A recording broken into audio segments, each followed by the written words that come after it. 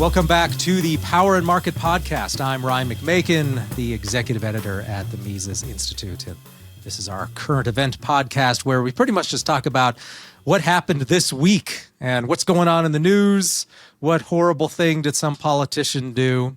And I think the politician we're going to talk about this week the most is going to be Jerome Powell, and maybe a little bit about Trump too, because there was a Federal Reserve FOMC meeting this week. And there's been a lot of discussion around that. Also, some new economic data. We can talk about some of the political implications of that as well. And joining me today are two of the non-regulars. Connor and Tho are both on PTO today.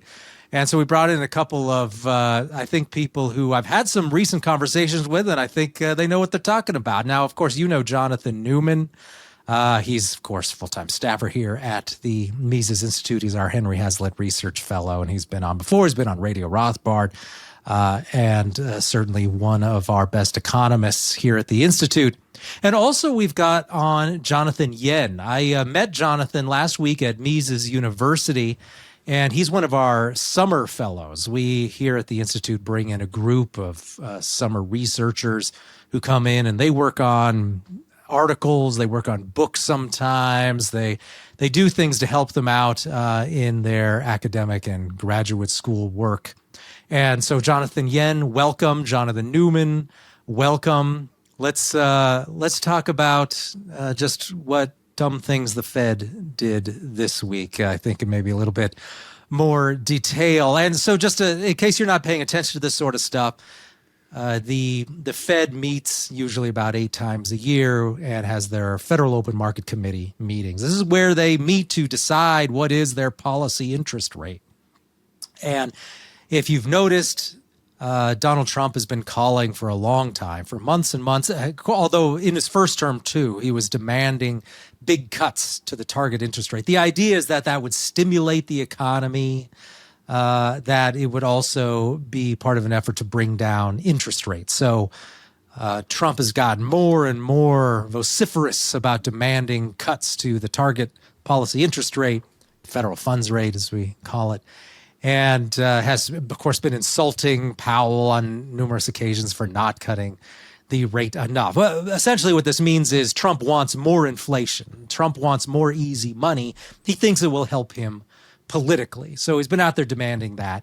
And currently the rate has been, and since November, I believe, was the last time they did a cut to the rate, it has been 4.5% is the target short-term interest rate for the Fed. And so Trump has not gotten any of the cuts he's demanded in recent months. And then the FOMC met again Wednesday and decided, no, we're not going to cut this time either. So they had a whole press conference afterward, and so I think we could just kind of talk a little bit about what is going on with the Fed in terms of politics and why aren't they cutting, should they cut, all that sort of stuff. So the FOMC, it's made up of the Fed governors as well as a rotating group of presidents from the regional Federal Reserve banks. So they all got together and said no cut. Now there were 2 dissenters, and the press has made a big deal about that. I think we can come back and talk about that a little bit later and how it doesn't really mean much in a few I think it does. minutes. I think there is something we could say about that. Can we? Okay, well, Yeah. I mean, I'm looking at it in the bigger context of things. Well, let's just talk about it. Let's go right into that now then. Since you dare disagree with me, Jonathan. Well, I think... Yeah, go ahead. Tell me your take on the whole thing. And give us a little bit background so the readers know what we're talking about. Yeah, so the FOMC is made of this group of people, as you mentioned. And one thing that the Fed chair always likes to fall back on is there's this consensus among the committee members regarding any move, going up, going down, staying the same. He likes to be able to stand in front of a consensus behind him. And since there's been so much discussion, like you were mentioning, Trump is insulting Powell and he's talking about replacing him, firing him, all this sort of stuff. Now, some speculation that I have, and I've seen other people mention this as well, is that the people who are dissenting, since they were saying we'd like to see a rate cut now. So the people who are dissenting were saying, let's go ahead and cut rates. The two people who dissented, Waller and Bowman, they're actually on the list, at least on like prediction markets, of people who could possibly be a replacement for Powell, either this year, although that's not as likely, but definitely next year when his term expires. So some people are interpreting this as they're trying to, raise their hand and say, Hey, Mr. Trump, I'm willing to cut rates. I'm willing to follow your lead on what Fed policy should be. And so it's like they're sort of vying for this Fed chair position. So I know that's not like, a lot of substance there, but that I do think there is something to say about the fact that we've talked before about the myth of the independence of the Fed. And this does show, if that's true, if that story, those motivations are true, it does show that there is a lot of political control and influence over who is appointed at the Fed and how people who are currently at the Fed and on the FOMC will make their choices and vote in a certain way so that they can get promoted, so they can be reappointed, that sort of thing. Okay.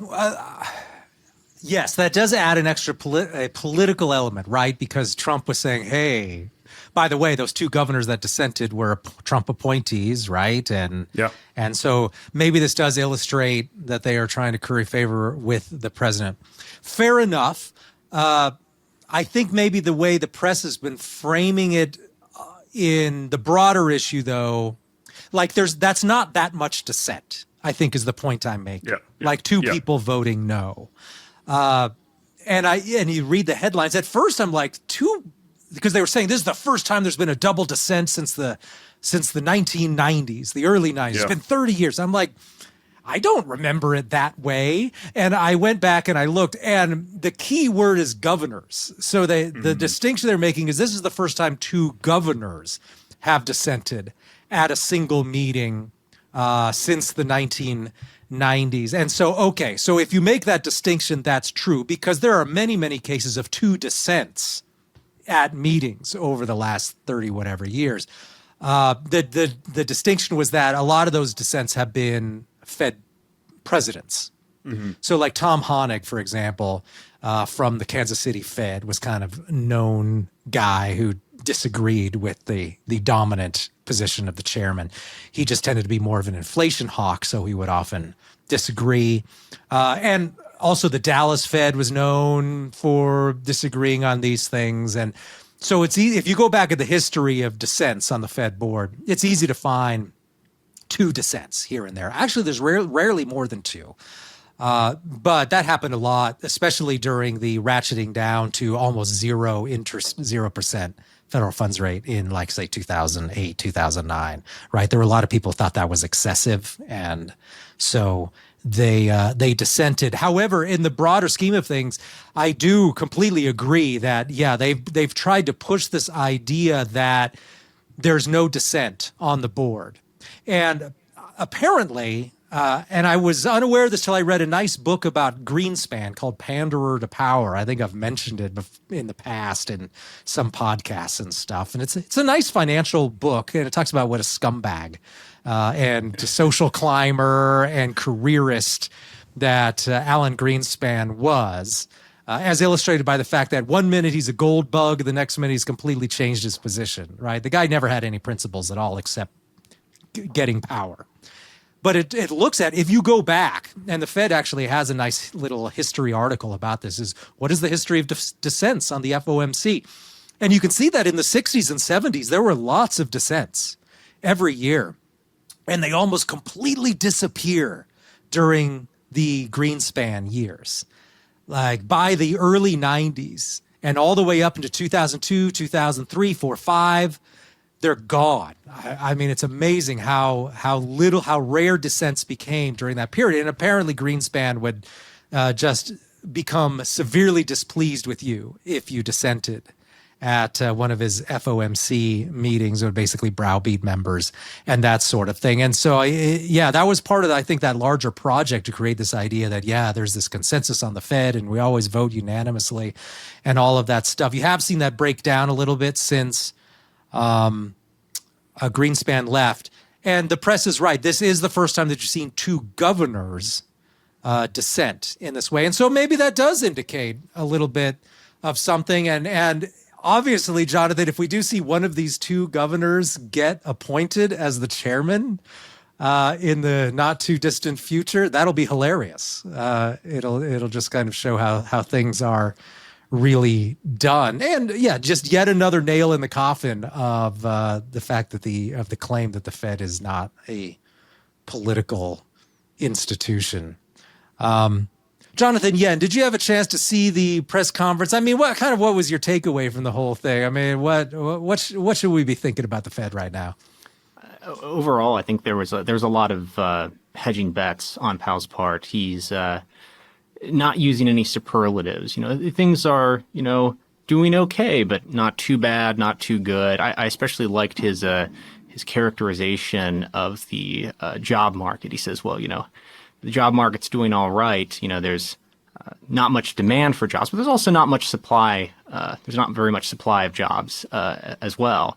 So he's kind of like, he hedged it in very, very neutral terms. And of course, there's this big data revision that comes out showing that job growth is not even close to what we estimated for the last 2 months. Yeah, let's look at that a little bit. New job data came out this morning. So, I guess the setup is toward the end of the press conference on Wednesday. And most of it was just the usual nonsense, worthless questions from the press. The way these FOMC meetings work, if you watch them, right, there's a gallery of press people. Powell comes out and he delivers his little canned speech, which is pretty much just the press release that the FOMC puts out. And then they take questions for like 35, 40 minutes. And most of the questions, usually 80-90%, are just fluff, asking Powell, just how are you going to centrally plan the economy so well? We all look to you, oh great leader, to find the right data and then do everything just right. However, sometimes there are a little bit more hard-hitting questions where they genuinely ask him, right, what do you say about this data point that contradicts your position on the economy? So later, toward the end, there was a Bloomberg reporter, and Maria Eloisa something. And she asks, delinquency data is pretty bad. And what do you have to say about that? And maybe the situation, and that would suggest that the job situation isn't quite as strong as you say. Now, let's get to the delinquency stuff in a couple of minutes. But first, I just want to note the employment data. So the way that Powell chose to answer that question is the question of, maybe the employment data isn't as great as we think. He really, really emphasized the unemployment rate. He mentioned the unemployment rate multiple times in his answer to that. He had mentioned it a couple times earlier in the Q&A. And then your takeaway from this is the Fed is really concerned about the unemployment rate, and that's what's really guiding them in terms of what is the economic situation right now. Now, he did acknowledge that, we're seeing moderation in new hires and new employment, but we're also seeing fewer people added to the workforce, maybe immigration related. There are other things too. There are more discouraged workers. There are more permanently unemployed people.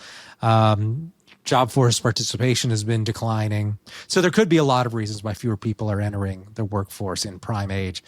But he said what really matters is the unemployment rate. Well, that was Wednesday.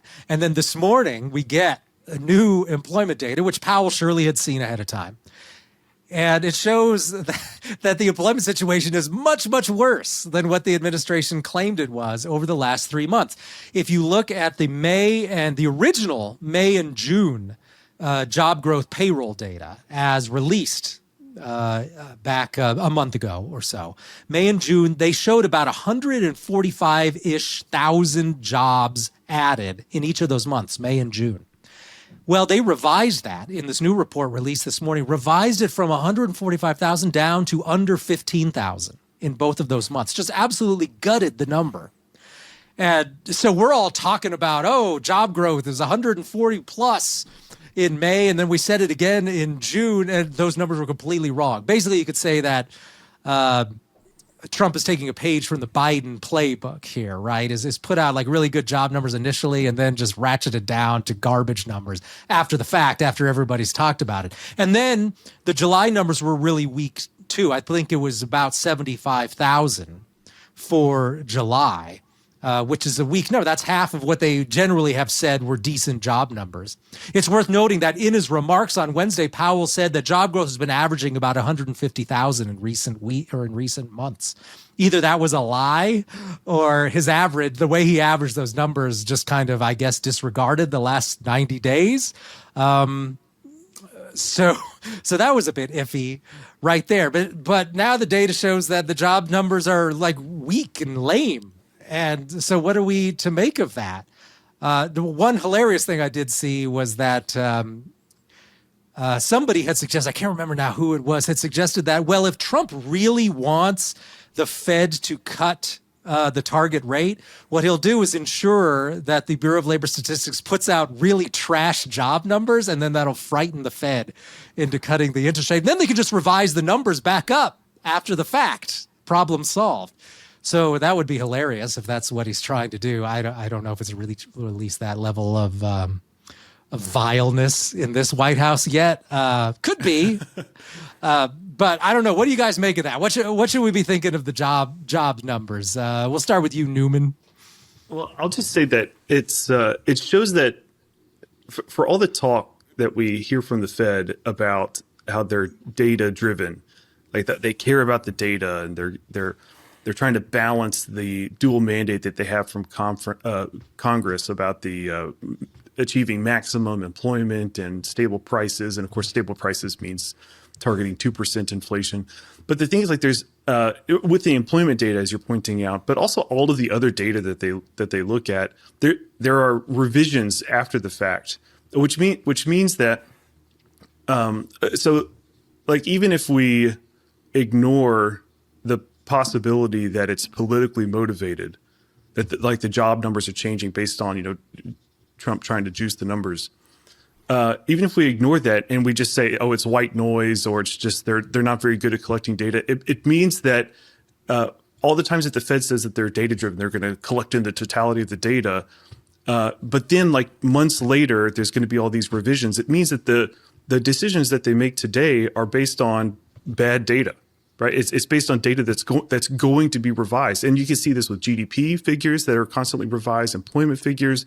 They make revisions to price inflation data as well, and so people talk about the long and variable lags associated with monetary policy. Like they make a rate adjustment today, and that rate adjustment works itself out through the economy over a long period of time. But there's a long and variable lag preceding the decisions that they make, meaning that like they're getting imperfect data that was collected in the past that's going to be revised later, which means that they're responding to something today that might not be true and is based on a history of data, and then they're making the decision going into the future. So that actually adds to the lag that they talk about.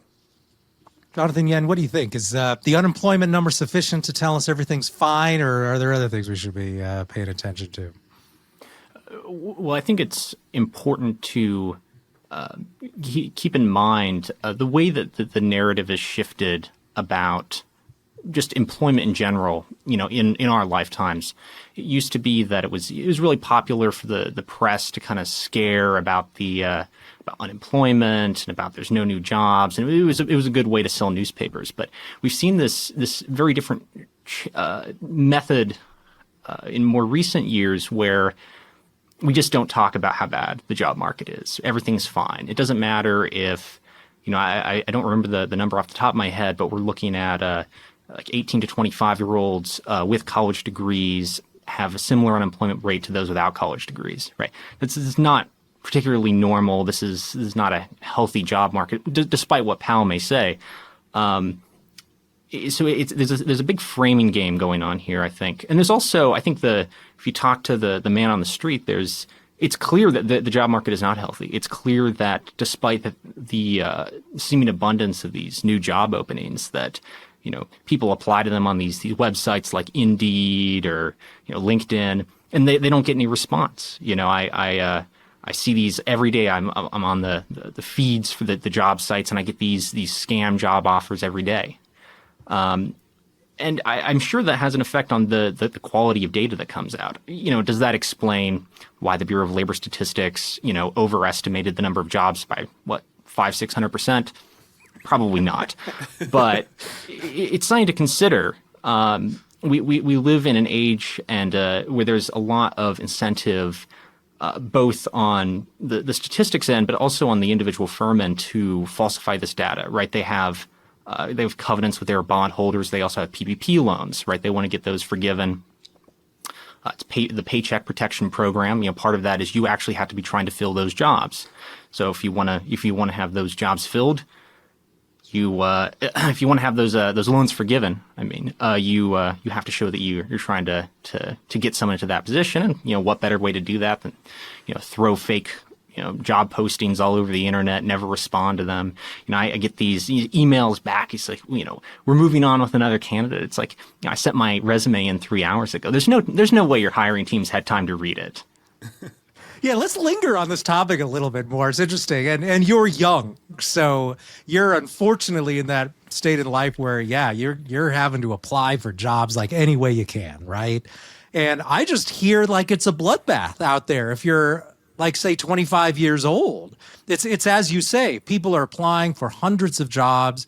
There's no response of any kind. And of course, I see a lot in social media about people constantly bad-mouthing boomers because like they're claiming, I don't know, I haven't had any boomers say this to me, but they're claiming that, to get a job, you just got to go show up in person, hand deliver your resume. And, give them a firm handshake. Right. Stuff like that. I don't know if people are saying that in real life. Probably some are. Now, that obviously isn't how things work now. So what are you hearing out there in terms of people in their 20s are having to look for jobs? Is it all these ghost job listings? What are the real issues that people are facing right now? Yeah, I'm hearing this all over the place.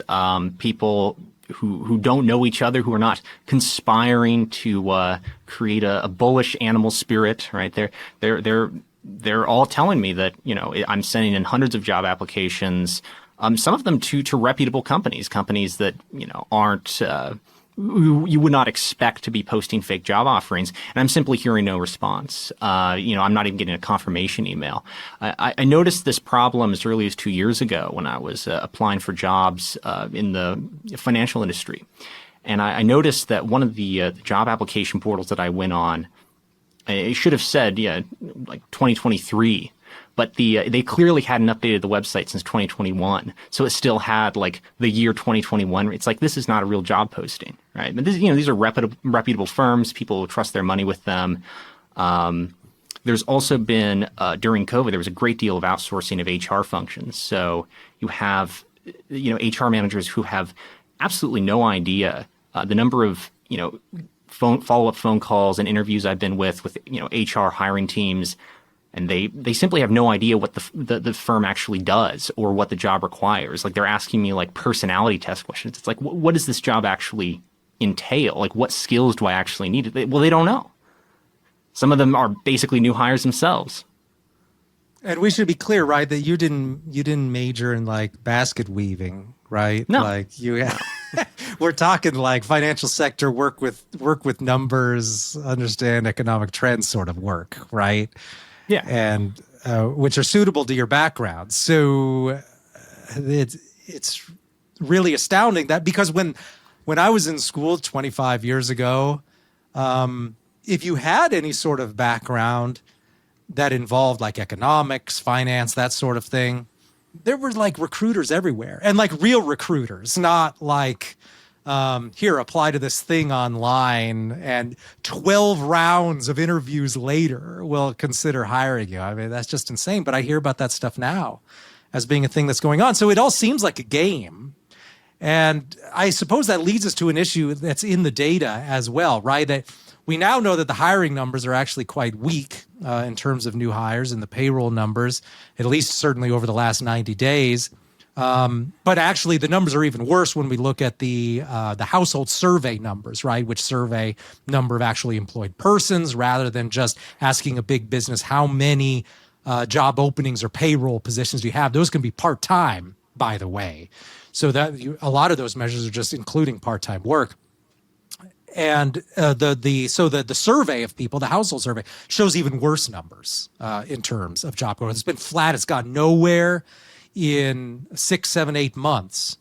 And so what are we to make of that? I saw one description of it called the no hire, no fire economy. So if you have a job currently, hold on to it.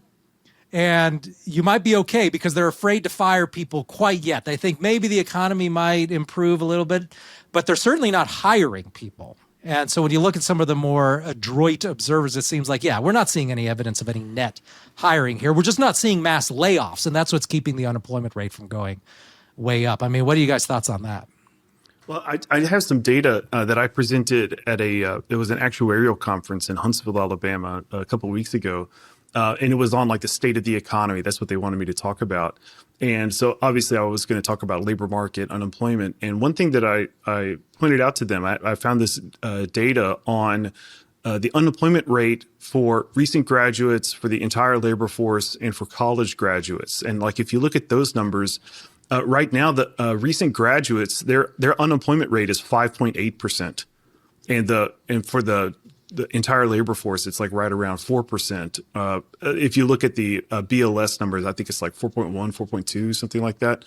But this was as of March 2025. But if you look before the COVID crisis, the unemployment rate for recent graduates was frequently below the unemployment rate for the entire labor force, which sort of makes sense. Like here's some people who, they just acquired some skills or got this signaling, this piece of paper that shows that they're ready to go into the labor force. And so their unemployment rate was lower. But since then, since the COVID crisis, since 22, the unemployment rate for recent graduates has been higher than the average for the entire labor force. And not only that, but it's been increasing relative to the entire labor force. So in 2015, the difference was negative 0.31. So recent graduates had a slightly lower unemployment rate. And it's been increasing up to 2025, where it's almost 2 percentage points higher than the entire labor force. And so this is not. I mean, there is some noise, there's some ups and downs, but you can clearly see this trend where it's increasing, where recent graduates are increasingly finding it difficult to land a job right after leaving college. And why do you? What's our theory for why that is? Do we have one? Well, I mean, it could be that the first thing that comes to mind is it could be that employers saw what was happening in colleges during COVID, that they went to like these remote classrooms. And so maybe they're a little bit more wary to hire graduates from programs that were doing that sort of thing. Maybe there's this increasing distrust of higher education in general. Maybe there's more turnover among graduates that aren't recent graduates, and so these employers are deciding to go with somebody who has established some this ability to stay in a job for a longer period of time after graduation. But I mean, also you just see how it's important to look at the disaggregated data. Like if you're just looking at overall employment figures, like what Jerome Powell was doing at this FOMC conference, then you don't see all of these signs where there's some things are slipping. Some like it's pointing to increases in unemployment going into the future. Another way to disaggregate, and this was in the Zero Hedge article talking about the revisions to the jobs numbers, and it showed how if you break it down by race, like the Black unemployment rate is much higher. There's a big uptick in that. I think it was like up north of 7%, and that's been increasing as well over the same time period. Well, I mean, one other indication of problems could be rising delinquencies. And this was something that was brought up late in the press conference as well. What are we to make of rising delinquencies? And in the most recent quarterly data from the New York Fed puts out these quarterly reports on delinquencies and the state of credit in the U.S. and that sort of thing.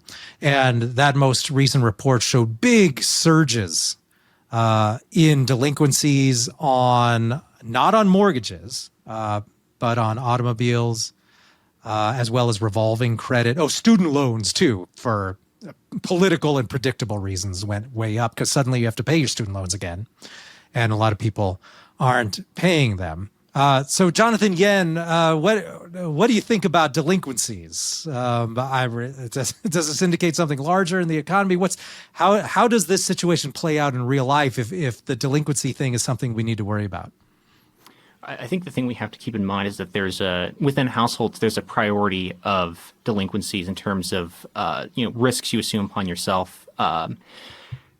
Obviously, if you're in a financial crunch, you'd prefer to go delinquent on something uncollateralized, a credit card, buy now, pay later plans, than just stuff like car payments, student loan payments. And then last, you want to go delinquent on your mortgages because you don't want to be homeless.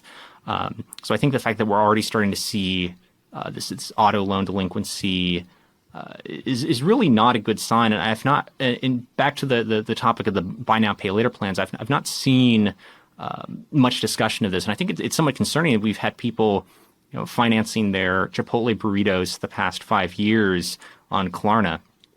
And it's not. This is not a small market. I've seen varying estimates, but it's north of 25 billion. It's a fairly large and very fast growing market. These BNPL plans are securitized. They're held by pension funds. Big investors use as collateral. So this is a serious problem that people have taken on an enormous amount of personal debt over the past 5 years.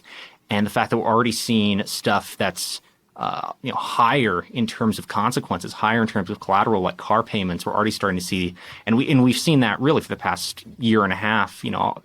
Delinquencies on car payments. It is very concerning. It is concerning that there's, in terms of like a consumer credit crunch that's occurring all over the country at the moment.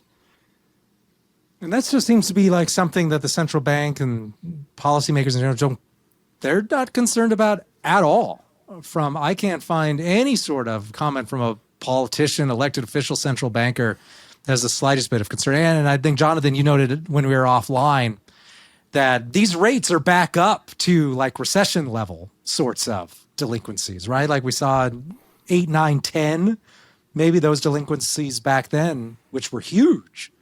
Yeah, at the time. The auto loan delinquency. I'm looking at the New York Fed website. They had this household credit and debt survey, and they they have a time series of the percent of balance 90 plus days delinquent.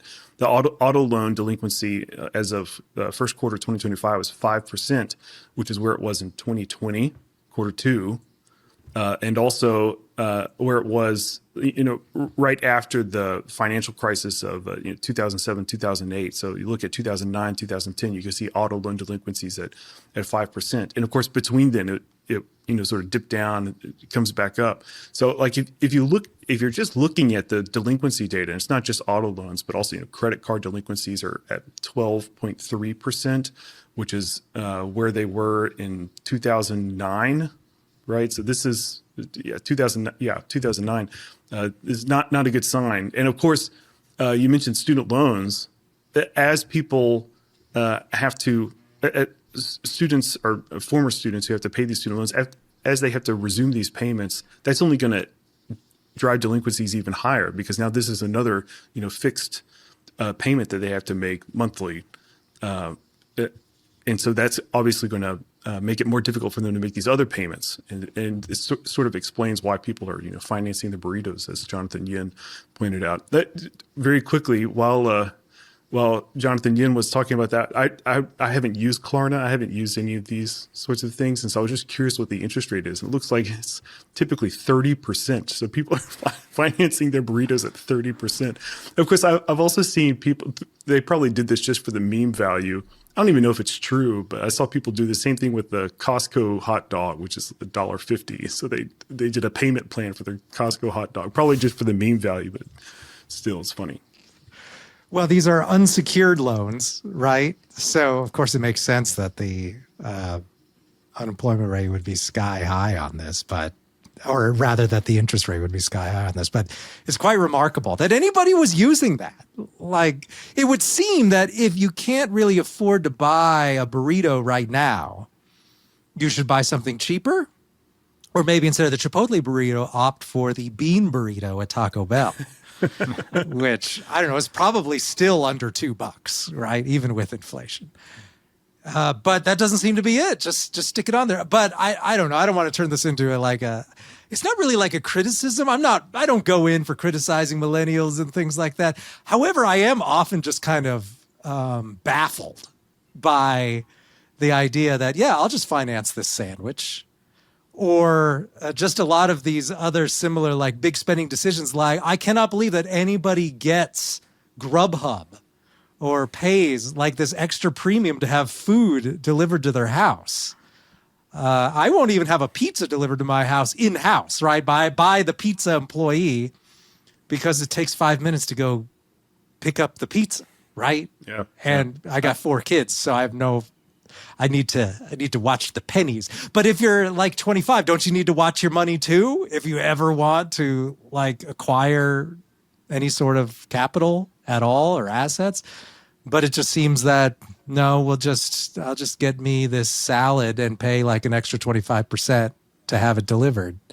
Or maybe they're like some sort of victim of boomer thinking or something. I don't know, but they're being enabled at the very least, right, by the system. Well, I mean, would something like Klarna, would financing your burrito exist in a free market financial system? I mean, I guess it might, but wouldn't the interest rate be 50% on that? I don't know. But as I say, I remain baffled by the whole idea. I mean, for an individual burrito, the payments are going to be pretty small. But so I can imagine like a very high interest rate, like if somebody's getting an unsecured loan just to fund an expensive vacation, right? Then you have to take into account the borrower's ability to make those larger payments. But like just the marginal burrito, I can't imagine like one burrito purchase is going to bankrupt somebody. But like you take it in the aggregate, and it does indicate something about social rate of time preference, about these cultural changes. But I'm a millennial. I think we have an Xer, we have a millennial, and we have a Zoomer here, right, on the same true. Podcast. But this is a multi-generational show, folks. But I'm more like, yeah, I'm very frugal. I don't like the idea of paying somebody to bring even a pizza to my house.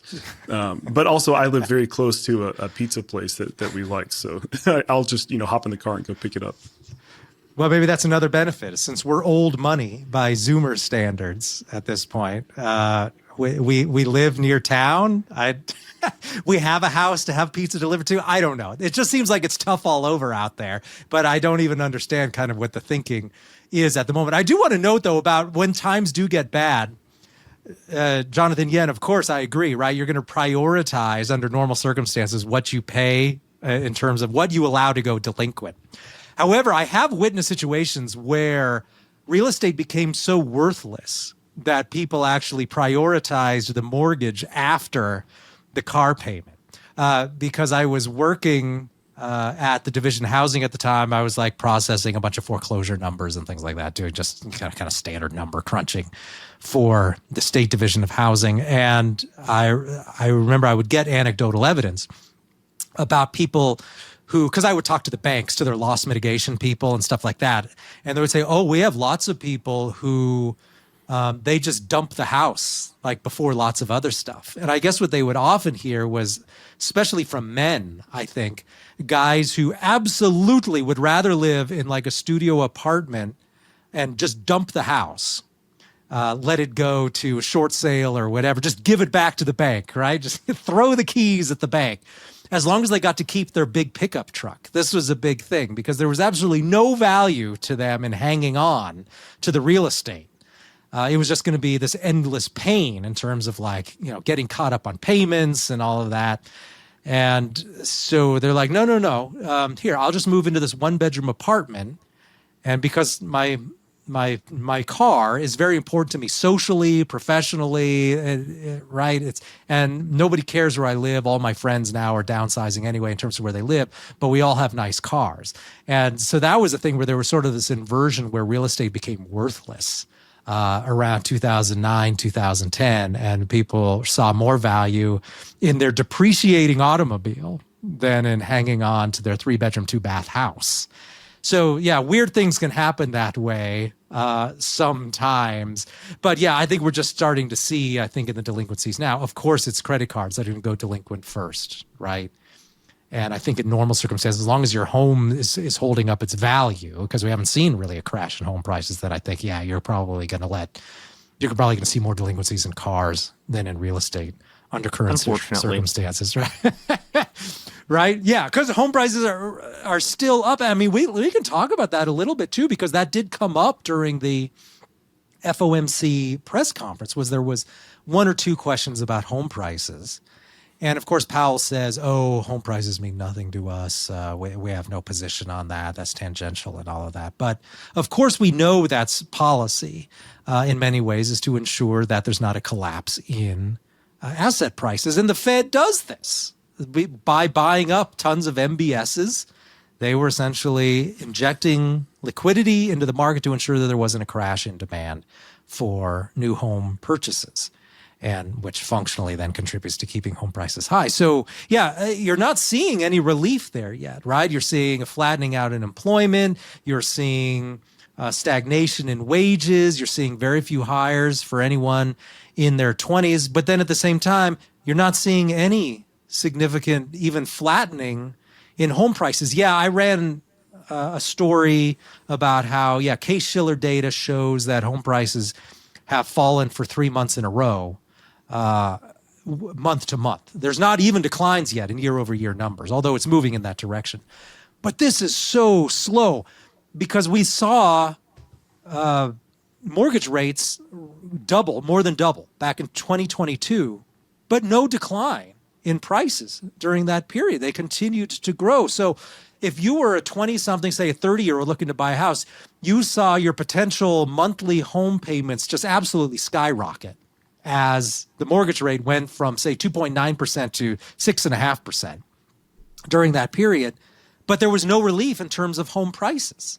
So I think that just shows us how much liquidity is still out there, how much demand there is still for real estate, how we're still not working through this huge monetary inflation that occurred from 2020 to 2022. Because we're just now, 3 years later, just starting to, I think, see some of the deflationary effects. And it's not helping out young people at all from what I've seen. Yeah, and overall with real estate, especially with residential and commercial apartment buildings, warehouses, there's a big incentive by these private real estate managers who have funds that own these large buildings to not sell because they've been telling their limited partners for the past, for some of these funds over a decade, that we're getting this great return on investment. They've been collecting those management fees, so they know that it's hard to sell, but they don't want to lower the price, right? I mean, because if they take a big haircut on that, they have to go to their limited partners and say, hey, we didn't make even close to the amount of money that we said we were going to. All this talk we've been puffing up about our fund. Yeah, it was just all smoke and mirrors. It turns out this market's not very liquid. There's not as much demand for these for commercial and residential, high-rise apartments as we said there was. So, I mean, we've seen a lot of this in the past 2 years where there's these secondary sales where private real estate funds are, instead of going out to the open market and trying to sell these buildings, they're just selling them to each other. They're doing secondary sales. So, Fund 4 of, ABC Capital, right? Instead of going out to the market and trying to sell those buildings, they just sell it as a package deal to, CDE Capital, right? And they buy it and they make it their fund number 5, right? So it's this like game of hot potato we've been seeing with especially apartments and office space and warehouses in the past couple of years. Yeah, it seems they've become so good at really hiding the reality of a lot of this stuff. And I just wonder what the end game is going to be on that. I mean, just at a local level, it seems that the grim reality is starting to come home. So I live in the Denver metro area. I worked in downtown Denver for a long time. I mean, I'm familiar with the area. I don't work there anymore. But I remember back when downtown was nice. It was a nice place in the 2000s, even into the first half of the 2010s. and it was probably around Now 2015. you sound like a boomer. Right? So, I mean, my professional life back in my day started in about 2003 or so, right? And because I was out of graduate school at that point and all of that stuff. And of course, the city's had its ups and downs, right? The city wasn't nice in the 70s either, or in the first half of the 80s, right? Things come and go.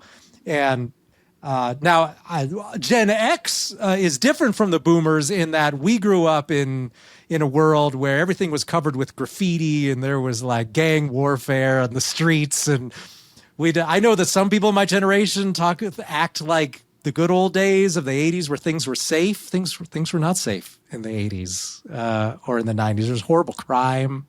And cities were not particularly nice in that period either. Have you ever seen that movie Falling Down with Michael Douglas, where he kind of goes berserk and he starts like beating up gangbangers and stuff like that while he's wearing like a tie?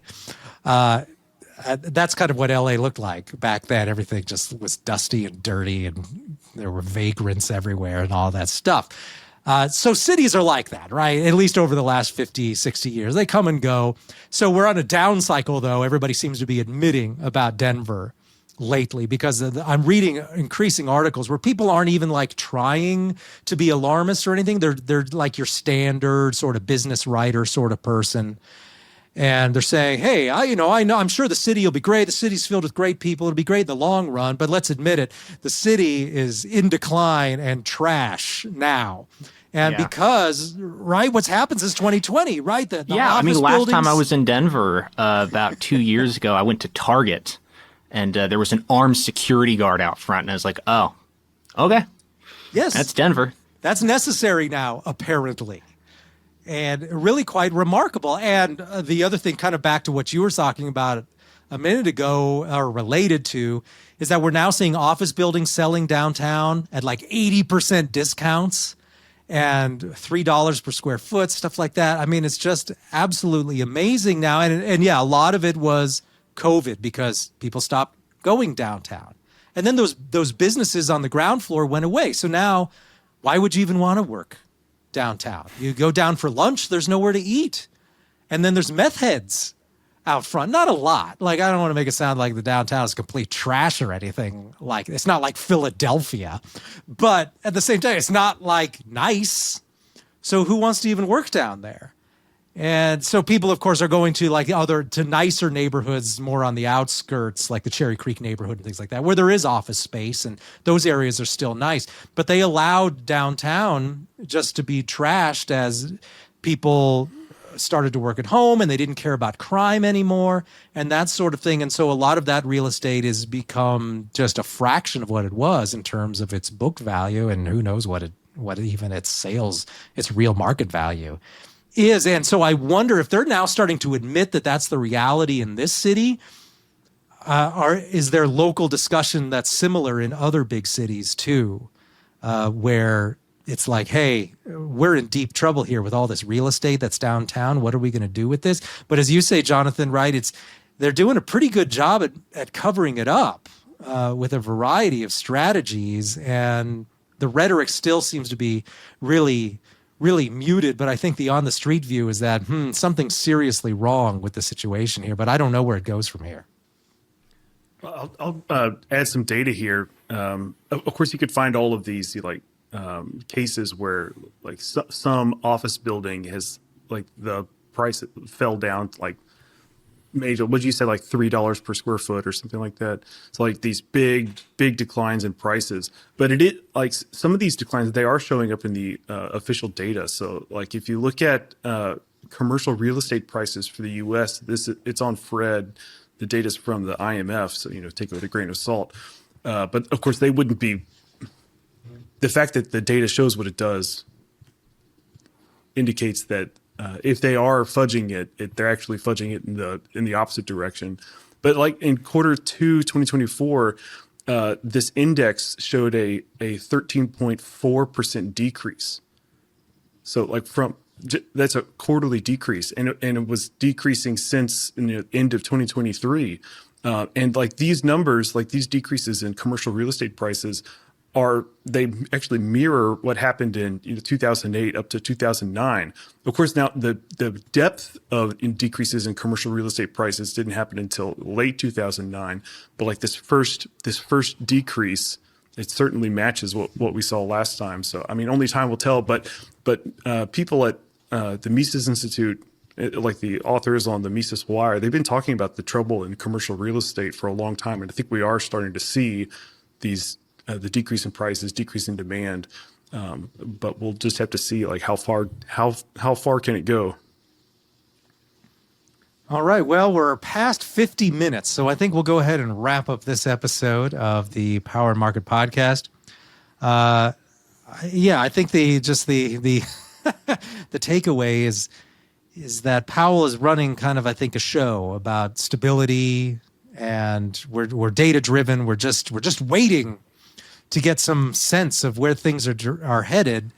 And I think there are lots of indicators about where things are headed, given a lot of the questions that he received. But he was really, really excellent at deflecting on that. And I think we're starting to get a little bit more insight into that with more of the recent employment data. Now, we can't use the R word, right? Recession, because then you do that, then people are like, oh, you guys predicted 18 of the last 10 recessions and that sort of thing. And we don't do that here, actually. We're not like perma bulls.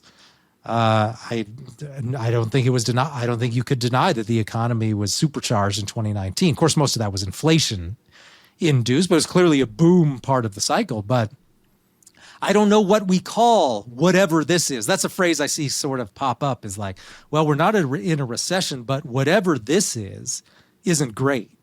And I think that's what I hear from a lot of people in terms of the job situation and in terms of delinquencies and that sort of thing. So let's wait until the next month's jobs data come out, and we'll see how they revise that stuff. And I'll be very curious to see how that ends up as well. So thank you, Jonathan Yen. Thank you, Jonathan Newman, for joining me today. Thank you all out there for listening, and we'll see you next time.